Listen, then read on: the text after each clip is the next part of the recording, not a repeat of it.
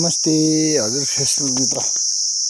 आज म यो दिवालीको बेला भाइटिकाको दिन म चाहिँ यो रोजगारमा आएको छु र यहाँ हजुरहरूलाई आउनुभन्दा अगाडि यो फुलबारी गुलाबको फुलहरू धेरै देखाउँदैछु र यसरी नै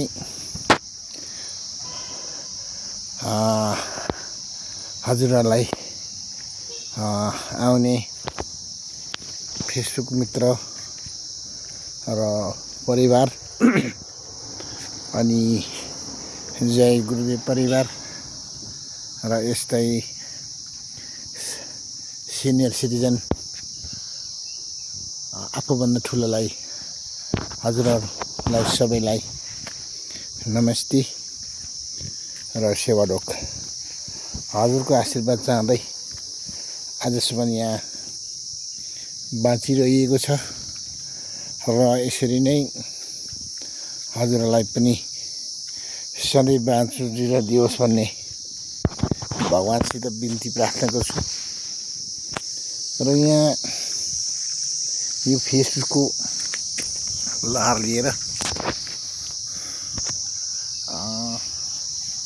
सबै वरिष्ठ नागरिकलाई अफिसर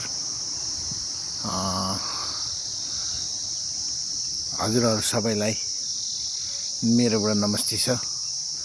गल्ती भए हजुरलाई माफ गर्न चाहन्छु र सधैँ गर्दै गरेको र यो फेसबुक चलाउँदा एउटा मजा आयो भिडियो गर्दा र यो भिडियोको मजा अलिकति हेर्दै लाँदा साह्रै इन्ट्रेस्टिङ लाग्यो र हजुर विशेष कुराहरू यो रिटायरको बारेमा रिटायर कसरी बस्नुपर्छ भनेर चाहिँ मलाई अलिकति अनुभव आयो र रिटायरमा दुःख पाउँदै बहुत कुरा सोच्दै बस्नुभन्दा चाहिँ हामीले यसरी हाँसी खुसी जिन्दगी बिताउनु मन पर्यो मलाई। र हुन चाहिँ म एउटा एक्लै जस्तो लाग्छ, किनभने छन त हामी हरेक परिभाषा छौँ जोडिएको छु, तर पनि एक्लै जन्मिएको एक्लै मर्ने र कोहीको कथा कसैले भन्छन् मरे बाँचुन्जेल हाँसखेस मरेपछि तासखेल र कसैले भाते खाने भातै हो जाने घाटै हो भन्ने पनि गर्छन्। हरेक परिवारलाई आफ्नो सबै छोडेर जाने गएर र यसले गर्दाखेरि एउटै कथा म भुल्न सक्दिनँ।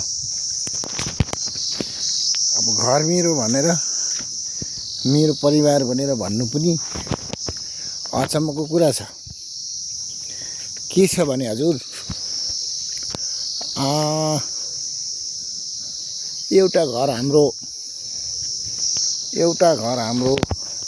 10 महिना काखमा हो, अर्को घर हाम्रो हो पृथ्वी जन्मभूमि धरती माता हो, अर्को घर हाम्रो माथि हो र हामी पर्मिनेन्ट यो घरमा छैनौँ र कुनै दिन जस्तो आएको त्यस्तै जानेछौँ र यसकारण मलाई धेरै अरू कुराको जस्तो टेन्सन लाग्दैन हजुर। र भन्दै हजुरहरूलाई एउटा पार्ट भिडियो दिइसकेँ। अब अहिलेलाई यति बन्द गर्छु। धन्यवाद।